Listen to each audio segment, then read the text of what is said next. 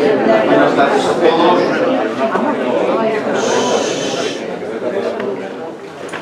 Creo que ya estamos todos, de manera que vamos a iniciar este acto.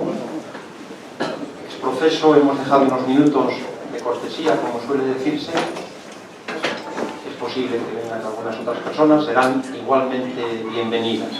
Muchas gracias a todos, a todas, señoras y señores.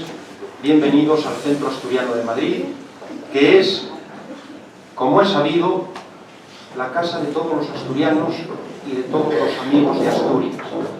Una institución centenaria. Cumplimos el 2 de octubre de este año 135 años. Ahora mismo la Casa Regional Española más antigua del mundo. Una casa que se mantiene, no sin dificultad, gracias al esfuerzo de los socios, fundamentalmente. De manera que les animamos a sumarse a este proyecto social, cultural, que no da tregua. En el marco, de hecho, de nuestra incesante campaña sociocultural, nos congrega hoy un acto especialmente significativo. Y yo agradezco a todos su presencia por ello, singularmente, según costumbre muy arraigada en la casa. También quiero saludar a nuestro manzana de oro, aquí presente, embajador de España, don Amaro González de Mesa. Buenas tardes y gracias, don Amaro. Don Andrés Menéndez, presidente adjunto, y don José Luis Casas, presidente de la Federación Internacional de Centros Asturianos. Hay unos 103 repartidos por el mundo. Siempre me confirma con el gesto. Muchas gracias. Pues como digo, hoy nos congrega un acto especialmente significativo. Un homenaje al pintor asturiano, Carballón, por más señas, como un servidor, César González Pola, fallecido en 1989 y representante destacado de la llamada Escuela Paisajista Ovetense. Recomiendo, por cierto, que se visite la completa página web sobre César González Pola, pintor sobre todo de la naturaleza, según se advierte también en esta proyección, amplificación del cuadro que asume en este acto un protagonismo. Quiero recordar, por cierto, que una nieta suya, presente en el salón, buenas tardes, Covadonga, González Pola Jaquete, joven y polifacética, escritora, correctora de textos y de estilo, maquetadora, experta en redes sociales y mucho más, presentó en este mismo salón, allá por el mes de marzo, con gran éxito uno de sus libros, El hombre del vestíbulo, relatos de lo mágico y lo oculto en el corazón de Asturias, editado por Laria, y que además está organizando unos talleres literarios que se van a desarrollar en este Centro Asturiano de Madrid próximamente, por lo cual les invito a todos los que puedan estar interesados en que consulten nuestra página web, que ya hay una información ahí colgada. También se difundirá a través del correo electrónico, porque queremos alcanzar un mínimo de asistentes, de personas matriculadas en estos talleres, para que finalmente puedan organizarse y desarrollarse. En el transcurso de este acto, el hijo del pintor, Arturo González Pola, padre de Covadonga, a mi izquierda, nos donará, según figura en el programa, uno de sus cuadros. Ya adelanto para el Centro Asturiano de Madrid, Arturo, y por supuesto para mí como presidente, es un gran honor y una enorme satisfacción esta donación. De manera que muchas gracias. Con arreglo al protocolo establecido, intervendrá seguidamente Héctor Martínez Sanz, a mi derecha, crítico de arte, que hará un recorrido por la obra del pintor. Debo decir que ha sido para mí muy feliz la coincidencia con Héctor, a quien conocí cuando se acercaba como oyente, llevado por su curiosidad intelectual y por la amistad con una de mis mejores alumnas, Andrea, algunas de mis clases hace unos años en la facultad, que sin duda alguna se vieron mejoradas estas clases mías con tu presencia, Héctor. Muchas gracias. Leo algunos datos extraídos de su brillantísimo currículum.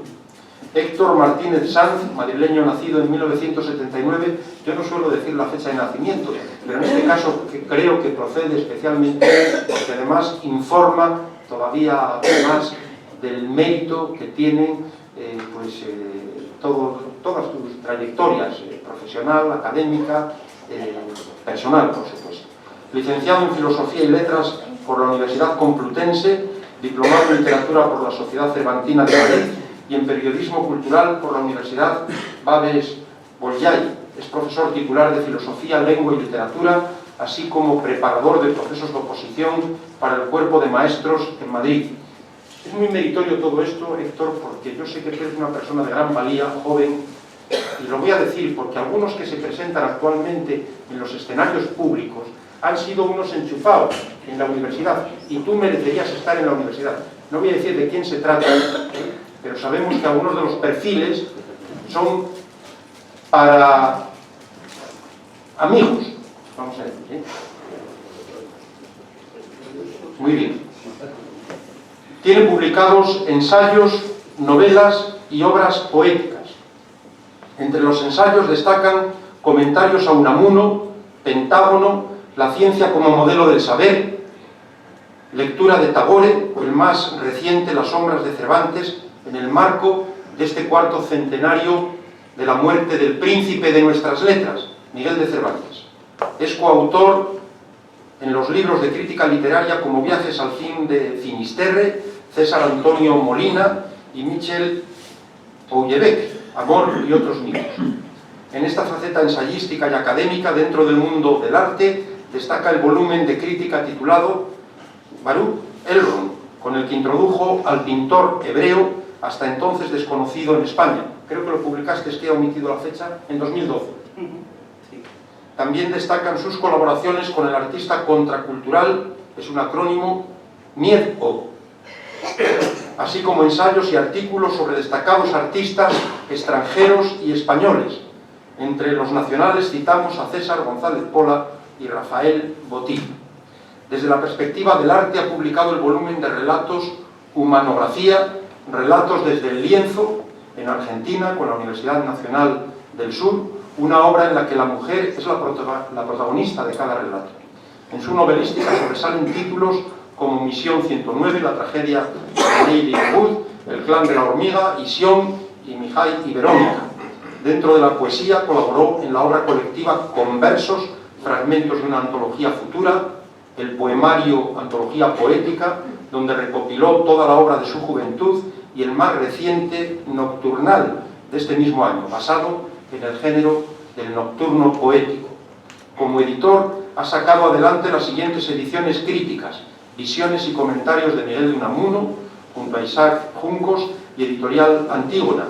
Los ángeles también lloran, de María Teodora Miclea, La torre gótica, El espectro de Limber, de Pascual Pérez y Rodríguez, la antología del relato gótico de Rubén Darío, Tanatopía y otros relatos, con motivo del centenario del escritor nicaragüense. Te hubiera gustado mucho el homenaje sencillo, pero muy digno, que organizamos este año aquí también, hace unos meses, con motivo de este centenario del gran poeta nicaragüense, español de corazón, Rubén Darío, con vinculación también a nuestra Asturias. El caballero de las botas azules, de Rosalía de Castro, y la traducción y edición bilingüe de Historia verdadera de un vampiro, de Eric Stenbo. Ha recibido el premio al manuscrito Eminescu, visto por los españoles, 2010 por la novela Mijay y Verónica, el premio ICR 2010 del Instituto Cultural Rumano en 2010 por el ensayo Pentágono, y el premio MAC, Movimiento Arte Contemporáneo de Lisboa, a la divulgación artística y cultural consecutivamente en 2010, 2011 y 2010. Esperamos que también en otros nuevos años, otros seguro que sí. Enhorabuena, Héctor, en cualquier caso, sin duda alguna, se trata de una trayectoria ejemplar y muy estimulante, y ahora te escuchamos todos con suma atención. Muchas gracias.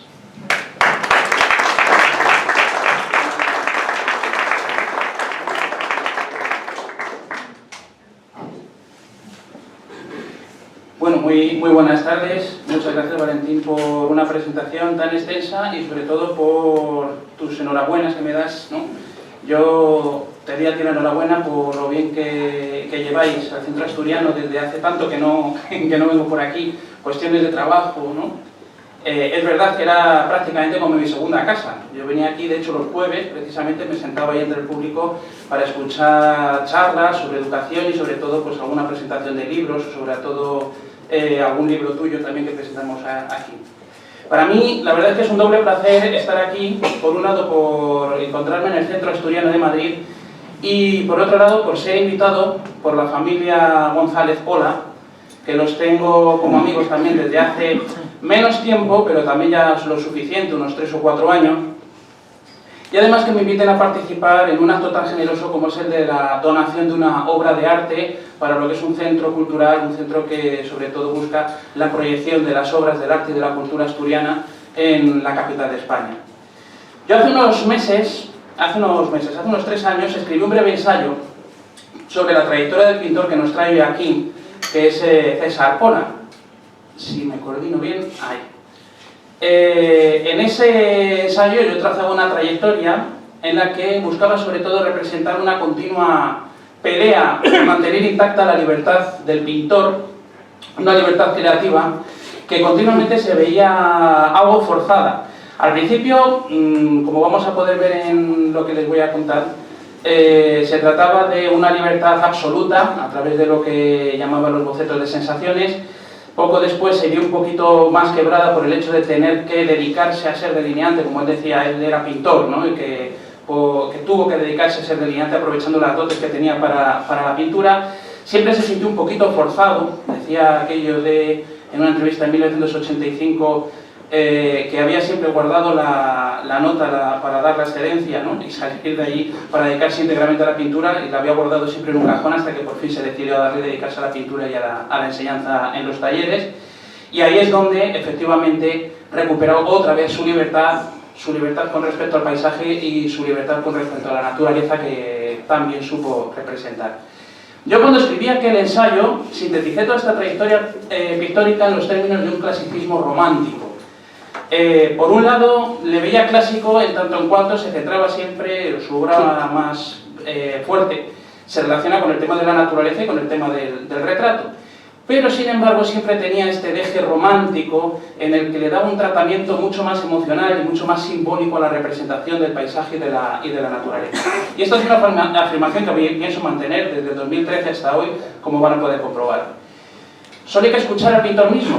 Él nos decía: puedo enamorarme del paisaje y vivirlo intensamente. También vivo anímicamente con el árbol retorcido. Tengo del paisaje una idea compleja. Para mí no está fuera, no me rodea. Está dentro de mí y yo soy parte de él. Yo procedo de la naturaleza y a ella regresaré. Por eso dialogo con el paisaje, en cierto modo. Existe una comunicación entre el paisaje y mi interior. La naturaleza es capital para César Pola. ¿Cómo no va a ser fundamental la naturaleza en un alma asturiana? Precisamente por este enamoramiento de la naturaleza y su paisaje, César Pola fue un pintor al natural más que un pintor de taller. Sin ese contacto concreto, directo y sensorial con el paisaje, no veríamos hoy las obras que de él contemplamos, o como por ejemplo la que se entrega hoy en donación al Centro Asturiano. Menos aún percibiríamos la atmósfera del lugar tal cual le impresiona al pintor. También la necesidad de ese contacto directo con el entorno natural justifica la predilección del pintor por los formatos pequeños y el uso preferente de lo que es la madera o el táblix. Puras razones prácticas para facilitar siempre el traslado del material, lo cual, si lo pensamos bien, engrandece todavía más el paisaje representado, puesto que todo el paisaje mismo es el criterio para todos los elementos y toda la técnica y todo lo que se va a trabajar en el cuadro. Su pintura de la naturaleza ha de entenderse entonces precisamente como ese diálogo que mantiene en el interior del pintor. Dicho de otro modo, el paisaje no se mira, se siente, no nos lleva hacia afuera sino hacia adentro, y quien dice sentir, dice sentirse, y quien dice vivir, dice vivirse. En este punto, César Pola se nos revela como el romántico que tiene un pie en el impresionismo que mencionaba al comienzo. Nos ha dicho que vive anímicamente con el árbol retorcido, el mismo árbol al que le dedica los siguientes versos, y me pregunto yo, ¿qué alma romántica no tiene en verdad sentido poético? Escribía él: árboles míos, amigos confidentes en los juegos de mi infancia perdida y solitaria, Árboles muertos, desgajados, carcomidos como pedazos de mi alma, compañeros del camino. En vuestro dolor descargo mi dolor, en vuestra soledad encuentro compañía. Árboles muertos, hermanos míos, también un día agonizante y herido por los hombres, junto a vosotros a morir acudiré. Como señalé en aquel ensayo de 2013, después de leer estos versos y contemplar este árbol, es difícil no pensar, por ejemplo, en el olmo seco que escribía Antonio Machado. Sobre todo cuando unimos lo que es el poema y la pintura, como digo. César Pola dialoga con el árbol, lo invoca, como vemos, lo personifica, lo individualiza con el retorcimiento de las ramas. En verdad, sabemos que está hablando el pintor consigo mismo. El árbol es en sí mismo un símbolo de la persona, del espíritu. Representa un estado y un momento, pero sobre todo simbolizan un arraigo a la tierra que los alimenta y los vivifica, la fidelidad al origen y la genealogía, también la trascendencia del espíritu. Tienen a un mismo tiempo el sentido del paso del tiempo y el sentido de la eternidad. No es menos esta simbología existencial en César Pola, cuyos árboles secos, huecos, solitarios, aunque muertos, muchos aún revestidos de robustez o gallardía, y aún en pie, se sitúan en el centro y punto de atención de un escenario habitualmente nublado y sombrío. Estos árboles traen esa sensación de angustia que nos embarga vitalmente, a la vez que denota un arraigo a su tierra asturiana. La sensación de inquietud se logra con las líneas de las ramas dispuestas en todas las direcciones, como pueden comprobar, rompiendo el orden y el equilibrio de la direccionalidad de la pintura. Esto otorga, en cambio, un profundo dinamismo a la pintura. La vulnerabilidad y el desasimiento se reflejan en la individuación del árbol, siempre solo en la escena, y la desnudez que tiene en las ramas secas que se presentan sin hoja o, además, su vaciado interior, lo que también sugiere este matiz de muerte tanto por el exterior como por el vaciado que tiene en su interior. Un matiz que, además, puede reforzarse de la moribundez a través de la, en ocasiones, posición recostada del tronco. Estos árboles pueden recordar, a los que conocen bien el mundo de la pintura, al paisaje con árbol muerto de Rubens, al paisaje de invierno o el árbol de los cuervos de Caspar David Friedrich, el árbol seco de Alessandro Ciccarelli, así como el protagonismo que asumen, evidentemente, el árbol como motivo de la naturaleza en el impresionismo y en el postimpresionismo, además de pintores internacionales de la escena contemporánea a César Pola, como puedan ser el estadounidense Neil Group, o, por ejemplo, el que citaba Valentín dentro de mi trayectoria, el hebreo Baruch Elron, que tenía una serie pintada de árboles de Boulevard Chen, donde él vivía cuando ya se encontraba impedido y no podía moverse, pintaba sobre los árboles que estaban justo enfrente de su ventana. Las hojas de que carecen los árboles son hojas a las que también dedicó gran parte de su obra César Pola. Son hojas que podrían ser cualquiera de las que componen el conjunto de los 16 obras que sobre ellas les dedicó. Y también les dedicó algunos versos. Son los siguientes. Así te recogí ya carcomida, hoja humillada, hoja podrida y destrozada. Así te cogí en un sucio charco del camino, así te traje a mí. No, no estás sin vida, no, porque aún fuiste capaz en tus despojos de percibir un poco del calor que te dieron mis labios temblorosos. Así te recogí, pisoteada, así te traje a mí, milagro del amor, resucitada. Del hiperrealismo de los cuadros de las hojas, a que me refiero, que no tengo muestra aquí, afirmó Carlos Bousoño en 1990 para la exposición antológica en el Centro de Arte Moderno de Oviedo, son verdaderos retratos, además de constituirse en símbolos emocionantes de nuestra desolación de presionados, de atropellados hombres de hoy. Para el propio pintor, sus hojas y sus árboles son un homenaje a, y cito textualmente, la belleza que hay en lo roto, en lo triste, en lo viejo y en lo despreciado. Todos estos árboles, todas estas hojas caídas, son como nostalgias de mi niñez, porque he vuelto a los sitios donde solía jugar para pintar aquellos árboles y me he encontrado con que están carcomidos, que no han podido resistir el paso del tiempo. Si tomamos distancia y nos separamos de la hoja y del árbol, surgen ante nosotros los grandes paisajes, sobre todo de Asturias, y emerge ante nosotros la herencia impresionista que habita en la pintura de César Pola. Los tonos oscuros que dominaban a los árboles ceden ante la luz suave sobre las montañas, como pueda ser la Sierra de Alcuera, el Picotorre sobre valles como el de Lillo, caminos y sendas naturales, y más aún sus reflejos en las aguas de ríos como el Bedón y el Purón, o incluso paisajes marinos de Luanco y Llanes. En efecto, van a ser el color y la luz los elementos predominantes, precisamente los que aportan el valor expresivo, la atmósfera y el estado de ánimo en cualquier obra pictórica. Sobre todo serán las gradaciones de colores fríos, las gradaciones desde el azul hasta el verde, los que van a llevar la voz cantante. Pero además, frente a la línea como elemento constructivo propio del arte lineal y del dibujo antes de los románticos y de los impresionistas, César Pola también usará el color como un elemento constructivo del cuadro. Frente al tradicional arte lineal, en el que impera el dibujo, como digo, para los cuadros de César Pola el color y las relaciones cromáticas, ya sea una mancha de color o ya sea la combinación de las pinceladas rápidas, son el fundamento de las formas y de los volúmenes, sirven para marcar las distancias y sobre todo sirven para crear los espacios de la pintura. Otra característica destacable de los paisajes es la estructuración del cuadro como un espacio cerrado. Normalmente, los paisajes van a estar delimitados en el fondo por bosques, por montañas, por acantilados y rara vez se va a mostrar abierto hacia el horizonte.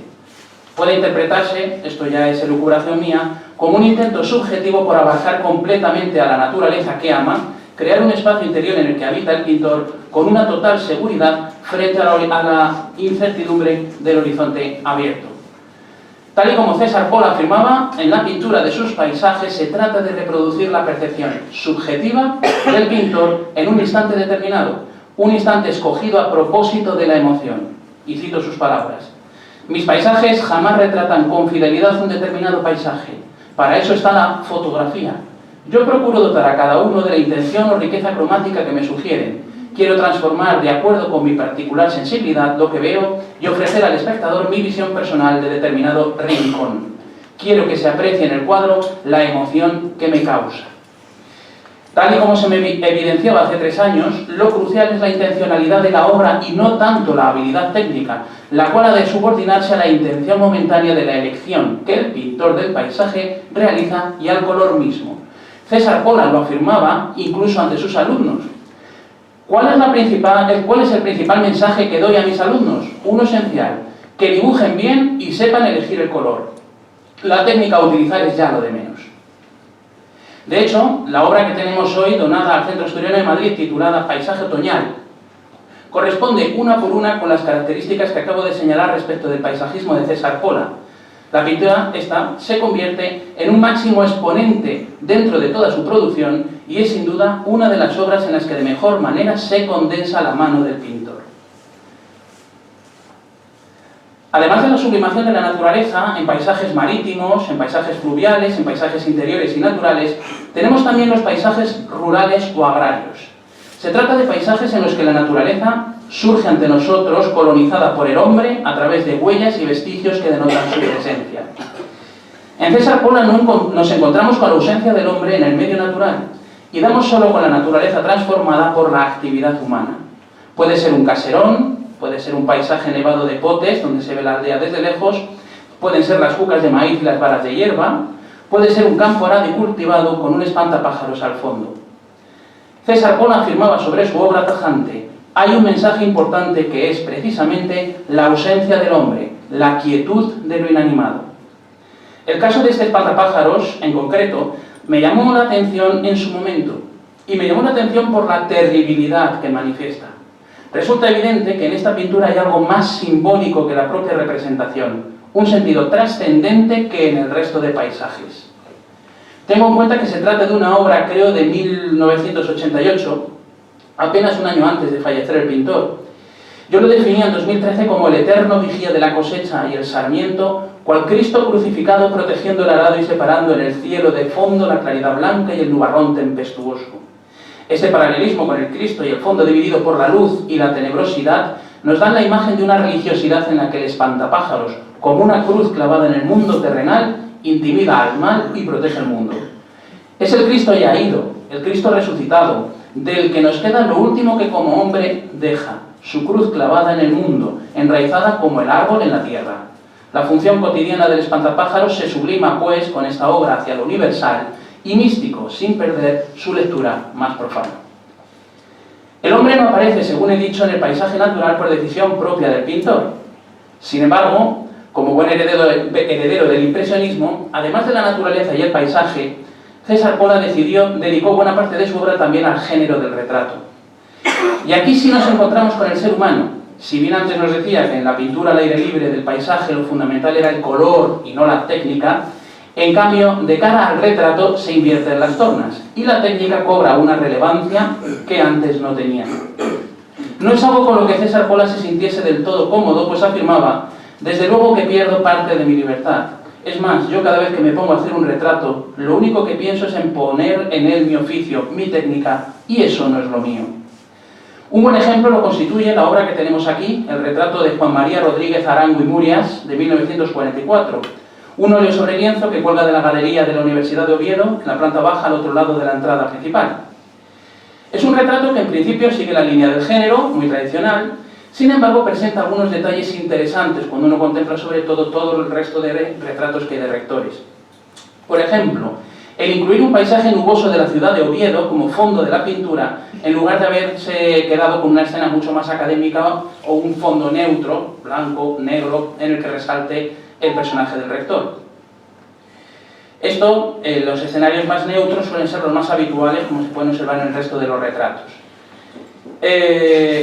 Esto es algo, en este retrato vemos que aúna los dos géneros más trabajados por él. Por un lado el paisaje, Oviedo de fondo, por otro el retrato. En este caso el rector que lo tenemos en primer plano. De los retratos de la Galería de Rectores de la Universidad de Oviedo que yo conozco y que yo he podido ver, tan solo hay uno, el retrato de Fermín Canella, de obra de Nicanor Piñole, en 1941. Solamente este representa algo de Oviedo o escenifica la ciudad de Oviedo presentando una parte de la catedral como fondo a través de una ventana. Ninguno más lo hace. Al contemplar el cuadro de César Pola, me recordaba en cierto modo, y salvando las distancias, pinturas por ejemplo como el Greco, con su amor por Toledo, o a retratos como el que Zuloaga hacía de Manuel de Falla, con la Alhambra al fondo.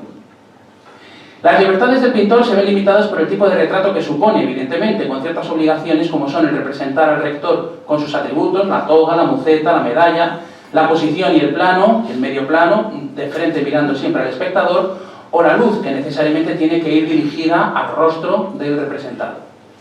En otros retratos, en cambio, observamos una mayor libertad de elección y de representación. Yo reparé en este, el retrato de mujer, que al ser del mismo año que el retrato del rector nos permite comparar y contrastar uno con otro y cómo efectivamente en uno tiene muchas más libertades que en el anterior. Podemos comparar y comprobar que en el caso del rector imperaba la técnica y la necesidad impuesta, mientras que en este segundo hay muchísimo más atrevimiento pictórico.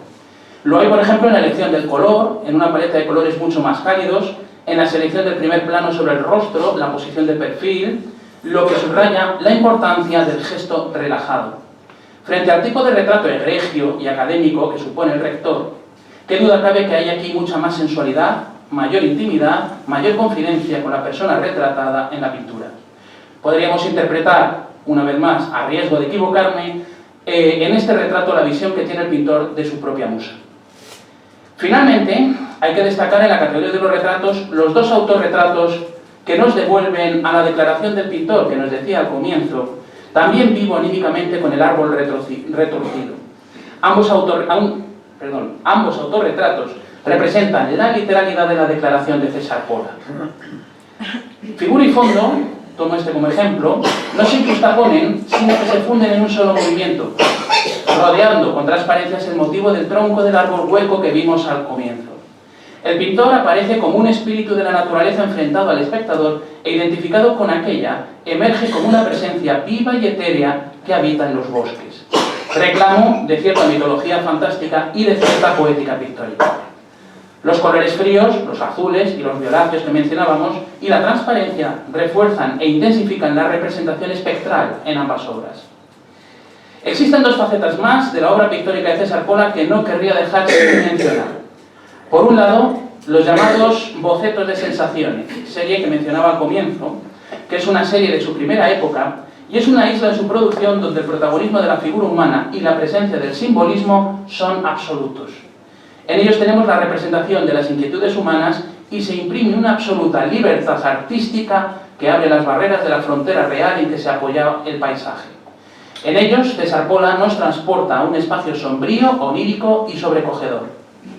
Especialmente representativo de este grupo de pinturas, para no alargarnos demasiado, es La ciega, obra de 1946. Una obra que se nos presenta dividida en dos planos, figura y fondo, que se conectan de forma psicológica a través de la tonalidad clara de las manos y la silueta que emerge en la oscuridad a su espalda. Para la mujer ciega que tenemos sedente en primer plano, sus manos son sus ojos, puestas palmas arriba y fuertemente iluminadas. Lo que ve se dibuja y adquiere forma en el fondo del cuadro, que actúa como espacio de la imaginación. El movimiento de su cabello, como si un viento soplara y lo removiera, sugiere una especie de viaje o vuelo de la imaginación, pues solo afecta a la cabeza, mientras que el resto del cuerpo y el vestido, como podemos observar, se mantienen en reposo. De hecho, la melena se confronta en dirección y color con las líneas de la visión, lo que establece una reciprocidad entre la figura del frente y el fondo del cuadro. En mi modesta opinión, más que al surrealismo, que suele ser la primera relación que el espectador intenta establecer con los bocetos de sensaciones, a mí me parecen obras más cercanas al romanticismo, como es obvio, y a movimientos que beben del alemán Sturm und Drang, traducido tormenta e ímpetu. Era un movimiento, este movimiento alemán, que destacaba la preeminencia del sentimiento, de la emoción, de la pasión frente a la razón ilustrada, de lo misterioso frente a la evidencia, lo irracional y lo espiritual, incluso lo onírico, como en este caso, frente al orden y la vigilia. Lo romántico frente al ilustrado, al fin y al cabo.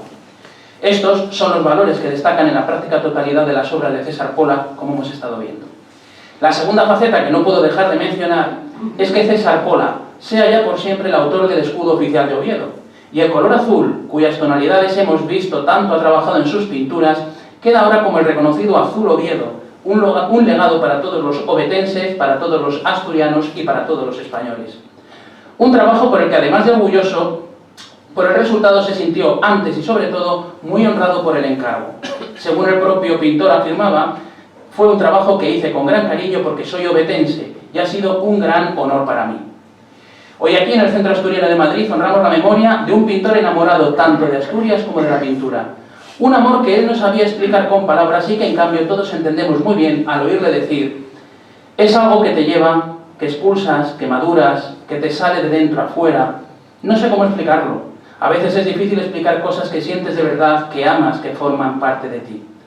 Un amor a su tierra asturiana y a la naturaleza, un ansia de totalidad vital que nos ha legado tanto a sus alumnos del taller como a todos los que disfrutamos de Asturias y sus paisajes en sus pinturas. Muchas gracias.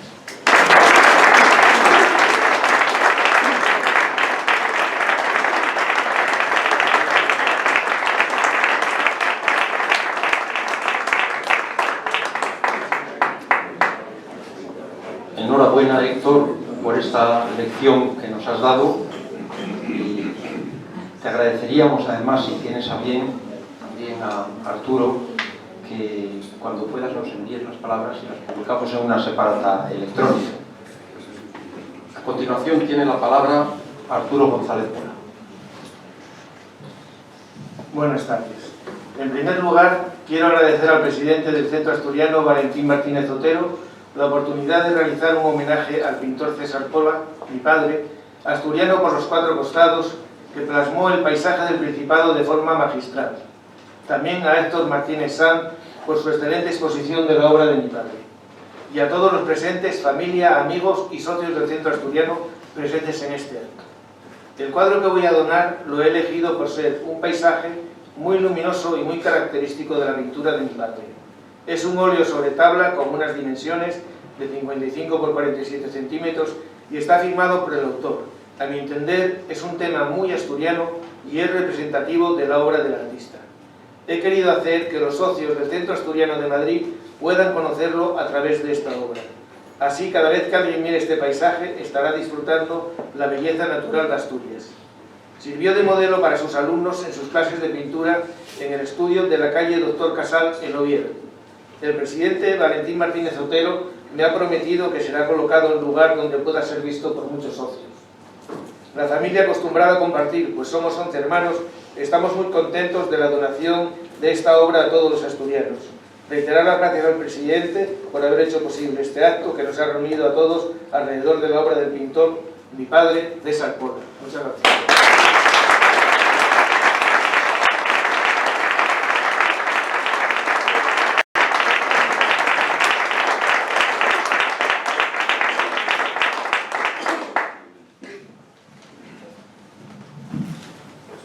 Muchas gracias, Arturo, muchas gracias a toda la familia del pintor González Pola. estamos realmente encantados de la donación. Un cuadro cuya realización es proyección del alma viva del pintor, un cuadro que nos acerca a Asturias, un paisaje otoñal que se siente, que se huele, que se palpa, que se disfruta, que se vive. En definitiva, un cuadro que permanecerá en esta casa y, como no, en nuestros corazones. Muchas gracias a todos.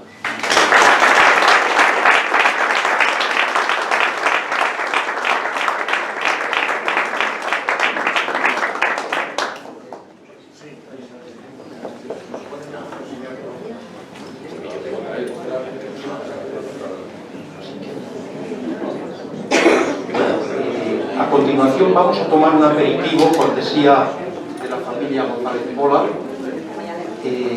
y el que quiera disfrutar de la obra pues puede aproximarse. De manera que muchas gracias a todos, por supuesto a Héctor, también por esta presentación, y a Arturo. Muchas gracias a todos.